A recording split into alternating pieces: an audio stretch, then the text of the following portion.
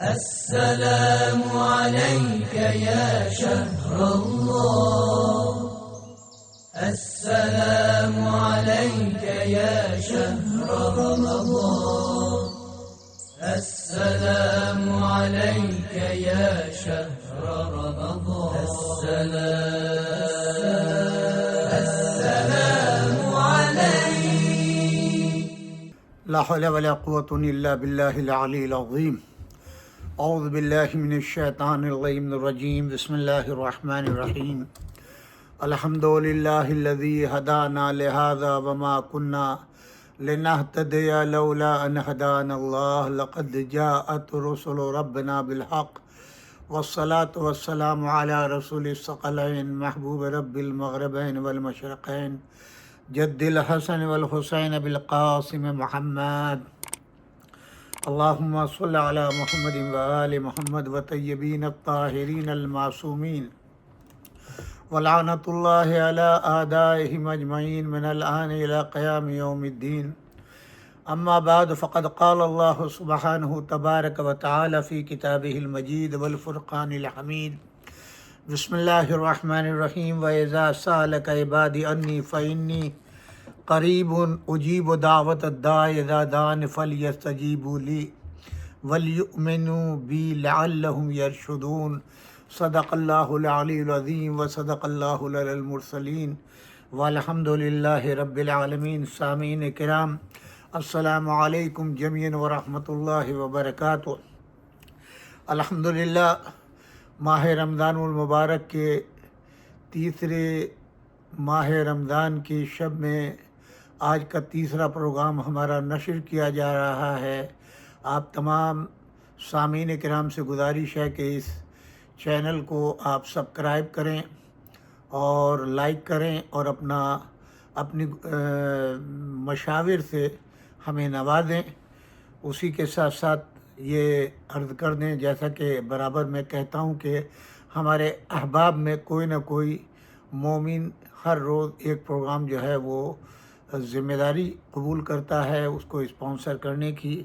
آج کے ہمارے جو میزبان ہیں وہ جناب ڈاکٹر منتظر زیدی صاحب ہیں، جو 35 سال سے زائد عرصے سے نیو جرسی میں مقیم ہیں اور ماشاءاللہ سے صاحب فضل ہیں، صاحب کرم ہیں، اور اصل وطن جو ہے وہ کراچی ہے، اور تعلیم کے سلسلے میں یہاں آئے اور اس کے بعد میں اپنے پروفیشن کے لحاظ سے یہاں پر مصروف ہیں.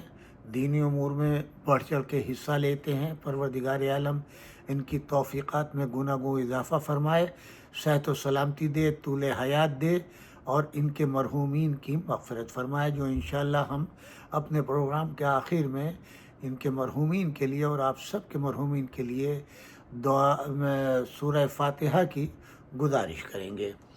جو ہمارا سلسلہ چل رہا ہے، ابھی ابتدائی دن ہے روزوں کے. کل انشاءاللہ 4 ماہ رمضان المبارک کی جو تقریر ہوگی اس کا ایک اس میں جدیت ہوگی، اور چونکہ 4 ماہ رمضان انتہائی اہم تاریخ اس لحاظ سے ہے کہ اسلام کی پہلی دفاعی جنگ جو ہے جس کو جنگ بدر کہا جاتا ہے وہ 4 ماہ رمضان تھی.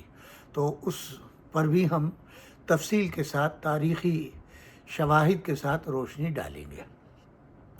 وہ آیت، یہ جس آیت کی میں نے تلاوت کی ہے یہ آیت نمبر 186 ہے. 184 85 یہ تفصیل کے ساتھ روزے کن کن کے لیے کہا گیا ہے رکھنے کے لیے، کن کو رعایت دی گئی ہے، کس کنڈیشن میں دی گئی ہے، وہ ہم تفصیل آپ کی خدمت میں پیش کر چکے. اس کے بعد پھر جو 87 ہے 185 وہ بھی روزوں ہی سے متعلق ہے، اور ان چیزوں سے متعلق بڑی خطرناک ہے، ان چیزوں سے متعلق ہے جو منع کیا گیا تھا اور بعض اصحاب مرتکب ہوئے اس جرم کے یا اس گناہ کے، اور گویا قرآن کی بھی انہوں نے مخالفت کی اور رسول اللہ کے قول کی بھی مخالفت کی، جو انشاءاللہ آپ کی خدمت میں پیش کریں گے. مگر درمیان میں اس کے بعد یہ آیت آتی ہے 186 جس میں ارشاد ہے وَإِذَا سَأَلَكَ عِبَادِي عَنِّي، اے میرے نبی، میرے بندے اگر آپ سے پوچھیں، سوال کریں، انی قریب، تو ان کو آپ جواب دے دیں، یعنی میرے بارے میں سوال کریں۔ آپ اس کو اس صورت سے سمجھ سکتے ہیں کہ جب انسان پریشان حال ہو، روزی سے تحت دست ہو، پیسے سے مشکلات میں گھرا ہو، اور اوپر سے روزے کی مار پڑ جائے، یعنی اب روزے کا حکم آ گیا اور روزہ رکھے ہوئے ہیں، بھوک ہے، پیاس ہے، اور پھر وہ آپ جانتے ہیں ایسے عالم میں جو غصہ اس کا ہوتا ہے تو وہ کیا ہوگا، تو وہ ظاہر سوال تو کرے گا، یا رسول اللہ کھانے کو نہیں ہے، پینے کو نہیں ہے، روزگار نہیں ہے، غربت ہے، پریشانی ہے، اب ایسے حالات میں آپ ہی بتائیں نا خدا ہمارا کہاں ہے؟ یعنی خدا ہمارا کہاں سے مراد یہ ہے کہ مقصد یہ کہ ہم اس اسرت و تنگ دستی میں زندگی گزار رہے تھے، نہ پیسہ، نہ ٹکا، نہ گھر، نہ در، نہ کچھ، سمجھے آپ کے نہیں؟ اور ظاہر ہے کہ ابتدائی اسلام ہے نا، مکے سے ہجرت کر کے آئے ہیں، تو سوال تو اٹھ سکتا ہے نا، ظاہر ہے ایسے حالات رہے ہوں گے، بغیر حالات کے تو آیت آتی نہیں ہے۔ تو پروردگار عالم اپنے نبی سے فرما رہا ہے، میرے نبی یہ بندے اگر میری ذات کے بارے میں سوال کرتے ہیں کہ ہمارا خدا کہاں ہے اس وقت ان حالات کے اندر، ان پریشانیوں میں، اوپر سے روزہ بھی ہمارے اوپر فرض کر دیا، تو آپ ان سے کہیں فَإِنِّي قریب، میں بالکل ان کے قریب ہوں، ان کے حالات کو دیکھ رہا ہوں، ان کی آوازوں کو سن رہا ہوں، جانتا ہوں، رگے گردن سے قریب ہوں۔ اجیب دعوت الداع، جب وہ مجھ سے دعا مانگتا ہے، پکارتا ہے مجھے، اذا دعانی فلیستجیبوا لی، تو میں دعائیں کرنے والوں کی آواز کو سن لیتا ہوں، سنتا ہوں۔ لی ولیؤمنوا بی لعلہم یرشدون، اور میں ان کی دعاؤں کو قبول کرتا ہوں۔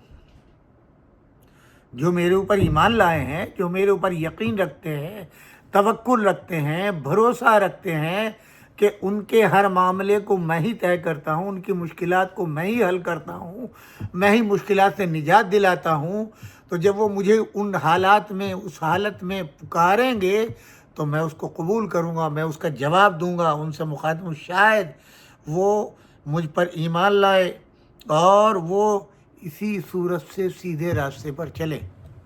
یہ نہیں کہ جو زبان میں، ذہن میں آیا اول فول بکنے لگے، جناب غربت کا عالم یہ تھا، وطن چھوٹ گیا، گھر چھوٹ گیا، کاروبار ختم ہو گیا، رشتہ دار بکھر گئے، ہجرت کر کے یہاں آ گئے، اوپر سے نئی مصیبت روزوں کی ڈال دی گئی ہے جناب عالی، تو ہمارا خدا ایسے حالات میں کہاں ہے؟ ہمارے حالت کیوں نہیں رہا ہے؟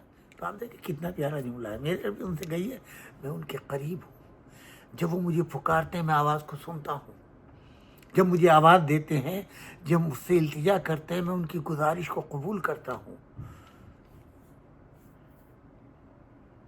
صاحبان ایمان، ہر ایک نہیں، صاحبان ایمان، یعنی ہر حال میں وہ مجھ پہ یقین رکھیں گے، وحدانیت کے راستے کو ترک نہیں کریں گے، میرے راستے کو ترک نہیں کریں گے، میرے ساتھ شرک نہیں کریں گے، میرے ساتھ کسی اور کو نہیں بلائیں گے۔ ہوتا ہے نا، ارے صاحب وہاں تھے، اتنے رشتہ دار تھے، ٹھیک ہے مذہب کو الگ کر دیں، رشتہ دار تھے، خاندان تھے، مدد تو کرتے، ان حالات میں پوچھنے تو آتے، ان سب پر پانی پھیر دیا اللہ نے، یہ کہہ کر کے کہا کہ ایمان اگر ان کا میرے اوپر ہے، میری ذات پر ہے، مجھے مانتے ہیں، مجھے تسلیم کرتے ہیں، میری وحدانیت کے اوپر، میری رزاقیت کے اوپر، میری حاکمیت کے اوپر، میرے اختیارات کے اوپر ایمان و یقین رکھتے ہیں، اور کسی سے مدد نہیں چاہتے ہیں، تو میں ان کی آواز کو سنتا ہوں۔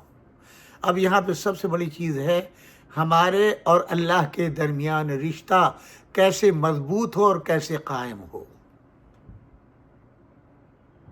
یہ سب سے بڑی چیز ہے۔ عام طور کے اوپر یہ دیکھنے میں آتا ہے کہ ہم باتیں آپ سے کر رہے ہیں، توجہ دوسری طرف ہے، کتنا مزاج ہمارا بگڑتا، ہمارے ساتھ ہوتا ہے یہ۔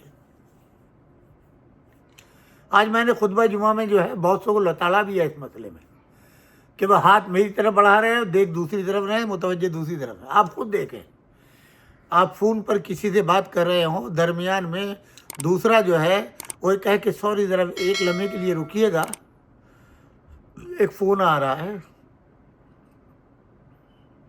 اور پھر وہ لگ گئے دوسری لائن کے اوپر، آپ کو ہولڈ پہ ڈال دیا، کتنا برا لگے گا آپ کو، آپ کے مزاج پر کتنا گنا گزرتا ہے۔ یہیں سے پتہ چلتا ہے کہ آپ کی رسپیکٹ کتنی ہے۔ شرفا ایسا کام انجام نہیں دیتے، یا اگنور کر دیتے ہیں، یا ایک لمحے میں کہتے ہیں بعد میں فون کیجیے گا میں ابھی بزی ہوں۔ بس یہی آپ لے لیں، جو مالک مطلق ہے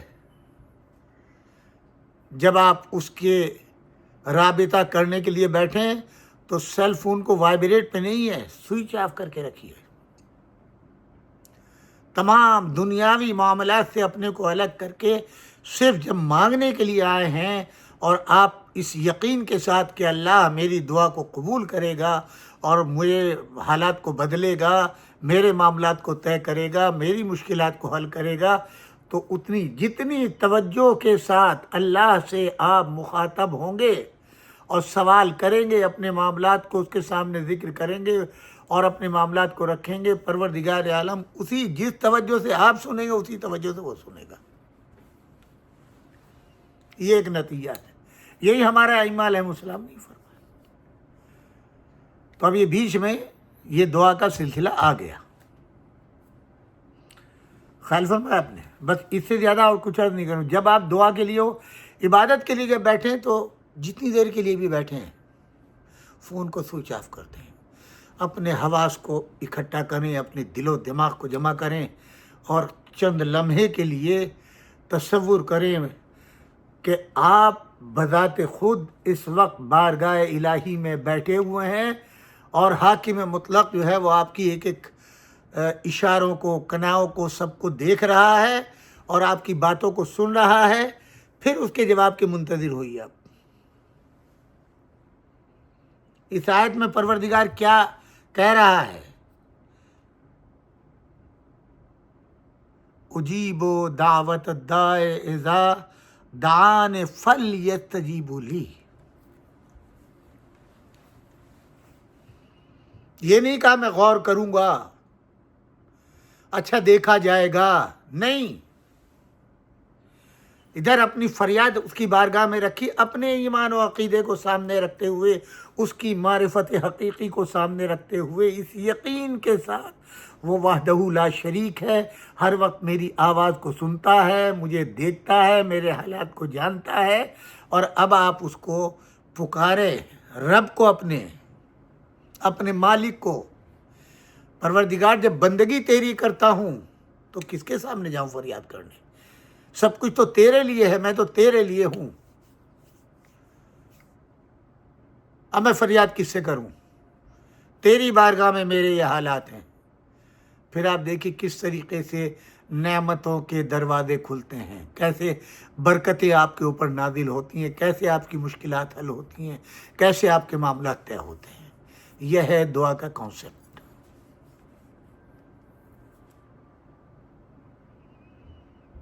معصوم نے فرمایا ہر نماز کے بعد دعا کرو۔ یہ جو 5 وقت کی نمازیں مقرر کی وہ اسی لیے رکھی ہیں کہ بارگاہ الہی میں آ کر کے تضرع کرو، گریہ کرو، فریاد کرو، ایک نہ ایک وقت تمہارے لیے توبہ کا، نعمت کا، رحمت کا، برکت کا دروازہ کھل ہی جائے گا۔ چہ جائے کہ ماہ رمضان المبارک اس کا مبارک مہینہ، اور اس کے فوری بعد آیت نمبر 187، یہ 86 تھی، سورہ بقرہ۔ احل لکم لیلۃ الصیام الرفث الی نسائکم ہن لباس لکم وانتم لباس لہن علم اللہ انکم کنتم تختانون انفسکم فتاب علیکم وعفی عنکم فالآن باشرہن وابتغوا ما کتب اللہ لکم وکلوا واشربوا حتی یتبین لکم الخیط الابیض۔ روزے کا حکم آیا، وہ تمام احکامات آئے، فرض کر دیے گئے، چھوٹ دے دی گئی۔ اب یہ آیت آتی ہے کہ جب کوئی حکم نافذ ہوتا ہے اور اس حکم کی کوئی خلاف ورزی کرتا ہے عمدن، جان بوجھ کے یا ظاہر عادت ہوتی ہے انسان کی، اور اچانک حکم آ گیا، اب اس میں تو پہلی تو وہ کیفیت تھی کہ جناب 24 آورت کے روزے تھے، بس ایک ہی وقت تھا۔ یہ اسی وقت کی کیفیت ہے کہ جب یہ حکم آیا روزے کا تو اب انہوں نے جو ہے وہ، اب اس میں یہ مولانا فرمان علی صاحب قبلہ کا قرآن ہے، مولانا اشرف تھانوی صاحب نے ذرا یہاں پر ڈنڈی ماری ہے، وہاں نے انہوں نے دوسروں کا حوالہ دے کے دوسروں کے کانوں میں بندوق رکھ دی ہے۔ یہ فرماتے ہیں کہ جب روزے کا حکم آیا تو شام سے نماز عشاء تک اجازت تھی، کھانا پینا، ازواج سے تعلقات، یہ تمام امور کی، وہ جو بھی مختصر وقت تھا۔ جب نماز عشاء پڑھ لی اور سو رہے تو سب ناجائز، اب گویا اگلے دن کا روزہ شروع ہو گیا۔ اس میں کہتے ہیں کہ اب اس میں ظاہر ہے کہ یہاں بڑی دلچسپ گفتگو ہے۔ حضرت عمر ابن خطاب نے جو ہے وہ ماہ رمضان میں اسی وقت میں جو چھوٹ ہے بیوی سے ہم بستر ہو گئے، تو اب ظاہر ہے کہ اتنا زیادہ وقت تو تھا نہیں، اور یہ کیفیت بالکل ایسے ہی ہے جیسے ایک روایت بڑے زور و شور سے آج کل انٹرنیٹ کے اوپر چل رہی ہے، حضرت عائشہ کا قول کہ جب میدان جنگ سے سب کے سب بھاگے تو حضرت اصحاب رسول اللہ صلی اللہ علیہ وآلہ وسلم سبھی فرار کر کے پہاڑ پہ چلے گئے تھے یا مدینے کی طرف چلے گئے تھے۔ تو یہ روایت بڑے زور و شور کے ساتھ مبلغین کہتے ہیں جناب ام المومنین جناب عائشہ سے، کہ وہ فرماتی ہیں کہ جانے والوں میں واپس جو آئے سب سے پہلے وہ میرے بابا تھے۔ یہ مقام فضیلت کے طور پہ آج کل علماء بیان کریں خوب دھڑلے تھے کہ چلے گئے تھے، وہ کوئی بات نہیں تھی، تشریف لے گئے تھے، مگر آنے والے سب سے پہلے جو تھے وہ میرے بابا تھے۔ بالکل ویسی ہی ہے کہ کسی میں ہمت نہیں تھی جو رسول اللہ صلی اللہ علیہ وآلہ وسلم کے سامنے یعنی اس آیت کے نزول کا سبب بیان کرتا، مگر حضرت عمر ابن خطاب ایسے دلیر اور بہادر اور شجاع تھے، اس کام کے کرنے کے بعد ان کو شرمندگی کا احساس ہوا اور سر جھکا کر کے شرمائے ہوئے رسول اللہ صلی اللہ علیہ وآلہ وسلم سے انہوں نے اپنے اس کیے کا اقرار کیا۔ ان کے ساتھ بہت سے اصحاب تھے، ان کو بھی احساس ندامت اور شرمندگی ہوا۔ تو اس وقت جو ہے وہ یعنی صبح کو آئے، روزہ شروع ہو گیا، معلوم ان کے ساتھی اور بھی بہت سے ہیں، سب نے اپنے اپنے گناہ کا اقرار کیا۔ اس کے بعد یہ آیت نازل ہوئی۔ تفسیر بیضاوی، تفسیر جلالین، ان تمام میں اس کی تفسیر موجود ہے کہ پروردگار حضور کی دعا ہے اور اس وقت پروردگار عالم نے رات آپ کے لیے کر دی، دن اپنے لیے کر لیا، دن میں روزہ رکھو اور رات کو تمہارے لیے عورتیں بھی حلال ہیں، وہ تمہارا لباس ہے۔ یہ تمام پوری ڈیٹیل اس آیت کے اندر ہے، آپ پڑھ لیجئے گا۔ ماہ رمضان خود احترام کا تقاضا کرتا ہے، ایک دن کی بات نہیں ہے، 30 دن کی بات ہے، پورے ایک مہینے کی، اور جگہ جگہ آیا شاید تم ہدایت پا جاؤ، شاید تم سیدھے راستے پر آ جاؤ، شاید تم کو تقوی حاصل ہو جائے، اللہ سے تم ڈرنے لگو۔ یہ ایک مختصر سا خاکہ میں نے آپ کی خدمت میں پیش کر لیا ہے۔ ہم میں ہر شخص کو خود سے، اگر ہم مسلمان ہیں، مومن ہیں، رسول اللہ صلی اللہ علیہ وآلہ وسلم کی صداقت پر یقین رکھتے ہیں، قرآن پر ایمان رکھتے ہیں، مولا امیر المومنین علی بن ابی طالب کی ولایت کے اوپر ایمان و یقین ہے، تو ہمیں اپنے کو ماہ رمضان کے لیے وہ نعمت غیر مترقبہ تصور کرنا چاہیے۔ خود امام جعفر صادق علیہ السلام نے فرمایا، بدبخت ہے وہ شخص جس کو ایک مبارک مہینے کے اندر توفیق خیر نہ ہو، توبہ کرنے کی توفیق نہ ہو، اللہ کی رحمت سے مایوس ہو گیا ہو، اللہ کی برکتوں سے فیضیاب نہ ہو، پھر وہ انتظار کرے میدان میں عرفہ میں جانے کی، یعنی وہی حج وغیرہ جو وہاں کے احکامات و فضیلتیں ہیں۔ بہرحال جو حصہ میں نے کل چھوڑ دیا تھا اس کا کچھ حصہ آج بیان کیے دیتا ہوں۔ شیخ صدوق علیہ رحمہ روایت فرماتے ہیں کہ ماہ رمضان المبارک کا مہینہ جب داخل ہوتا تھا تو حضور اکرم صلی اللہ علیہ وآلہ وسلم تمام قیدیوں کو آزاد فرما دیا کرتے تھے۔ جو کسی بھی وجہ سے وہ قیدی ہوں ان سب کو رہائی کا حکم دے دیتے تھے، اور ہر سائل کو صرف رہائی نہیں بلکہ کچھ نہ کچھ مال دنیا میں عطا بھی فرماتے تھے۔ ماہ رمضان اللہ کا مبارک مہینہ ہے، یہ تمام مہینوں سے زیادہ شرفدار۔ اس مہینے میں ایسی رات بھی ہے جس میں عبادت کرنا 1000 مہینے سے بہتر۔ اے انسان، تمہیں فکر کرنا چاہیے تم کس طرح اس مہینے کے دن اور رات کو گزارو گے، تم اپنے اعضاء و جوارح کو اللہ تعالیٰ کی نافرمانی سے کس طرح محفوظ رکھو گے، یہ فکر کرو۔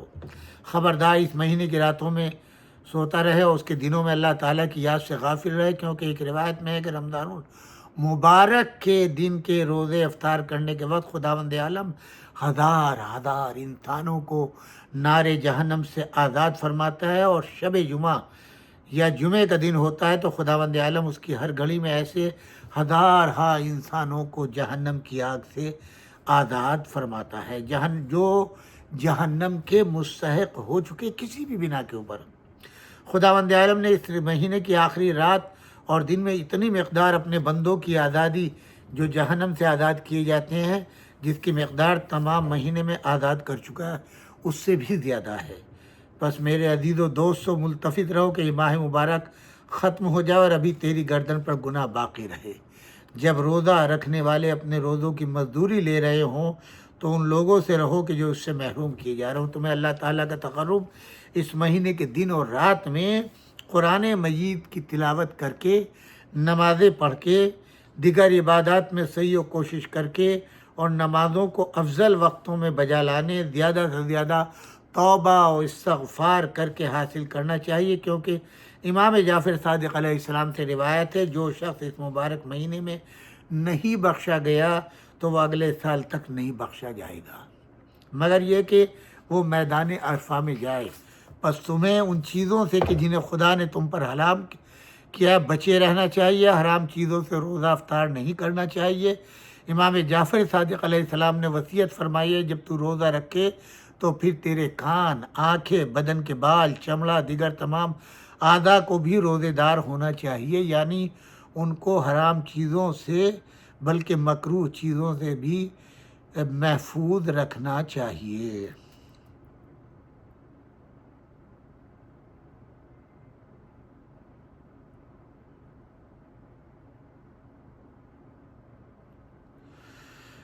اللہ اکبر۔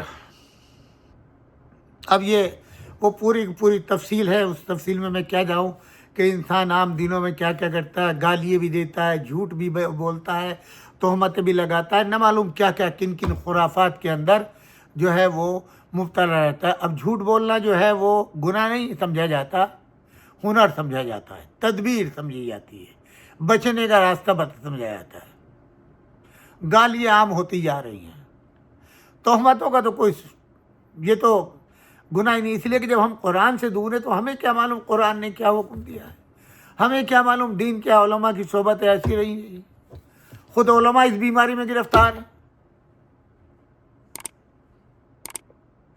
جہاں ایک طرف یہ حضور کا فرمان ہو جس بستی میں عالم موجود نہ ہو، کیونکہ عالم نصیحت کرے گا، نجات دلائے گا، تو اس بستی میں کو ترک کر دو رہائی، اس جگہ جاؤ جہاں عالم کا وجود ہو، تاکہ تم نصیحت پاؤ، ہلاکت سے بچو۔ وہ بستیاں ہلاک ہو جاتی ہیں عالم کے وجود نہ ہونے کی وجہ سے، اور جب عالم کی خدمت میں جاؤ گے تو نصیحتیں سنو گے، سیدھے راستے پر چلو گے، احادیث پیغمبر سنو گے، قرآن کی آیتیں۔ آج کا ماحول کیا ہے؟ میرے کہنے کی ضرورت نہیں ہے، نہ معلوم کتنے لوگ ابھی میرے پیچھے پڑ جائیں گے، مگر حقیقت سے منہ تو نہیں چرا سکتے نا۔ آج تو یہ کتنا ملے گا، کس ذریعے سے، کن کن چیزوں سے، مال مال مال۔ اب یہاں ایک واقعہ سن لیجیے، آیت اللہ شہید دست غیب نے تحریر فرمایا۔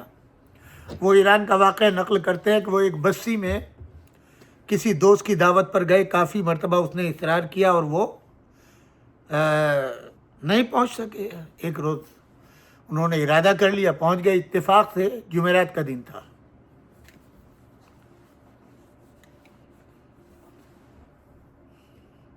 مغرب سے کوئی دیر پہلے پہنچے، بازار سجا ہوا ہے، گانے ہو رہے ہیں، میوزکیں چل رہی ہیں، سب کچھ ہے۔ اب یہ اس راستے سے گزر رہے ہیں اپنے چند دوستوں کے ساتھ استغفار پڑھتے ہوئے۔ جب مومنین کی بستی ہے، گمراہی کا عالم دیکھیں، زر و جواہر کی ریل پیل ہے،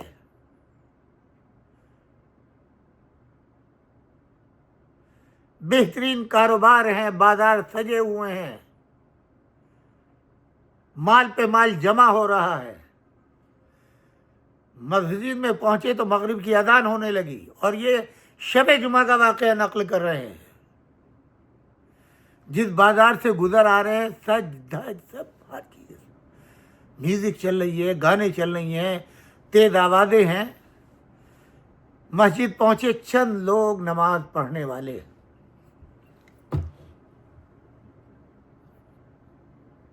نماز پڑھی، خطبہ ارشاد فرمایا، نصیحت کی۔ ان لوگوں سے سوال کیا، یہ سب مومن ہیں؟ جی، یہ سب مومن ہیں۔ اچھا، آج شب جمعہ ہے، آج تو دعائے کمیل ہونی چاہیے تھی۔ شب جمعہ تو گناہوں استغفار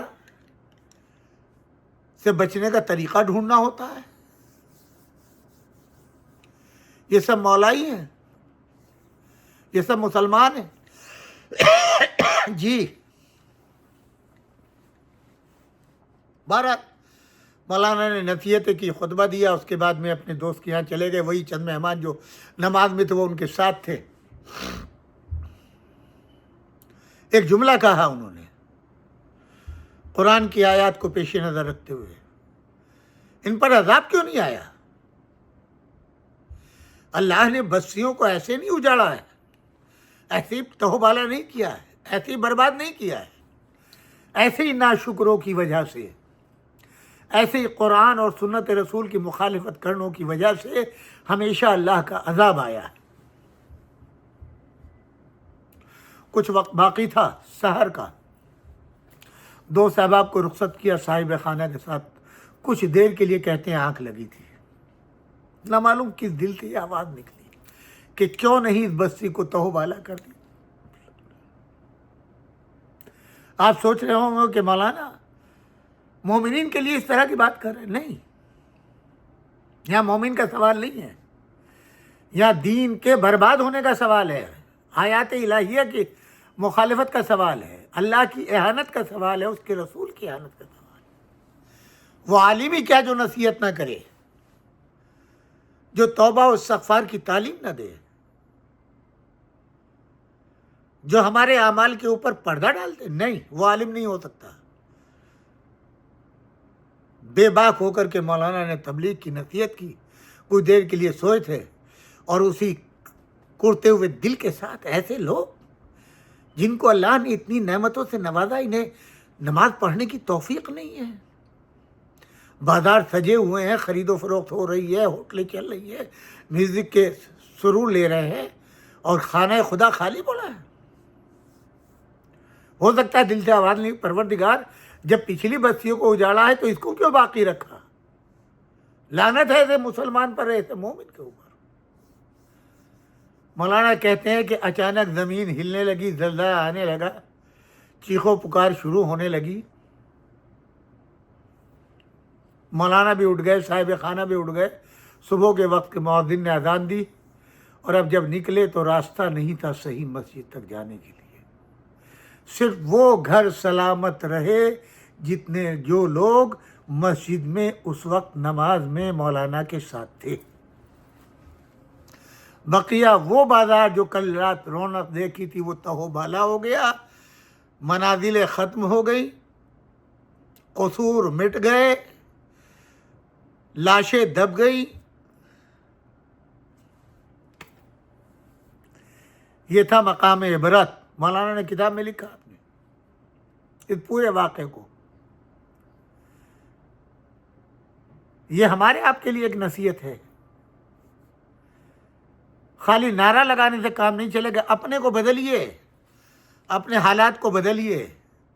محبت اہل بیت کے معنی خالی نعرہ لگانا نہیں بلکہ ان کی سیرت و کردار کے اوپر عمل کرنا ہے۔ اگر کل تک گالیاں دیتے تھے، ماہ مبارک رمضان گالیاں چھوڑ دو۔ تکیہ کلام تمہارا گالی ہو گیا تو ترک کرو۔ ہر وقت غصے میں رہتے تھے، اب رحم دلی میں آ جاؤ۔ وہ تمام احکامات روزے کے حضور نے بیان فرما دیے، کیا کیا کرنا چاہیے اور کیا نہیں کرنا چاہیے۔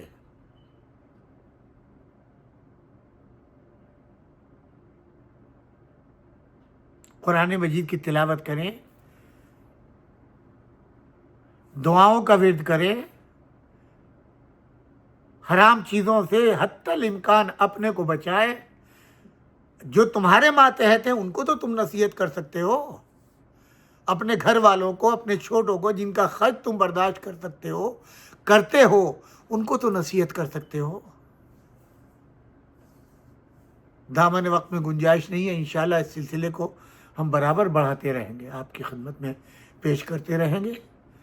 کم سے کم قرآن کا احترام، حضور کی سنتوں کا احترام، اہل بیت اطہار علیہ السلام کی تعلیمات کا احترام، مولا امیر المومنین نے کیا فرمایا ہے اس ماہ مبارک میں کیا کرنا چاہیے، اس کا احترام، اس پر عمل پیرا ہوں، اور پھر بارگاہ الہی میں آپ دعا کریں تو دیکھیے کیسے قبول نہیں ہوگی۔ صدق دل کے ساتھ اس سے عہد کریں، کسی مولوی سے نہیں، اپنے بھائی رشتہ دار ماں باپ سے نہیں، اپنے اللہ سے، اپنے خالق سے۔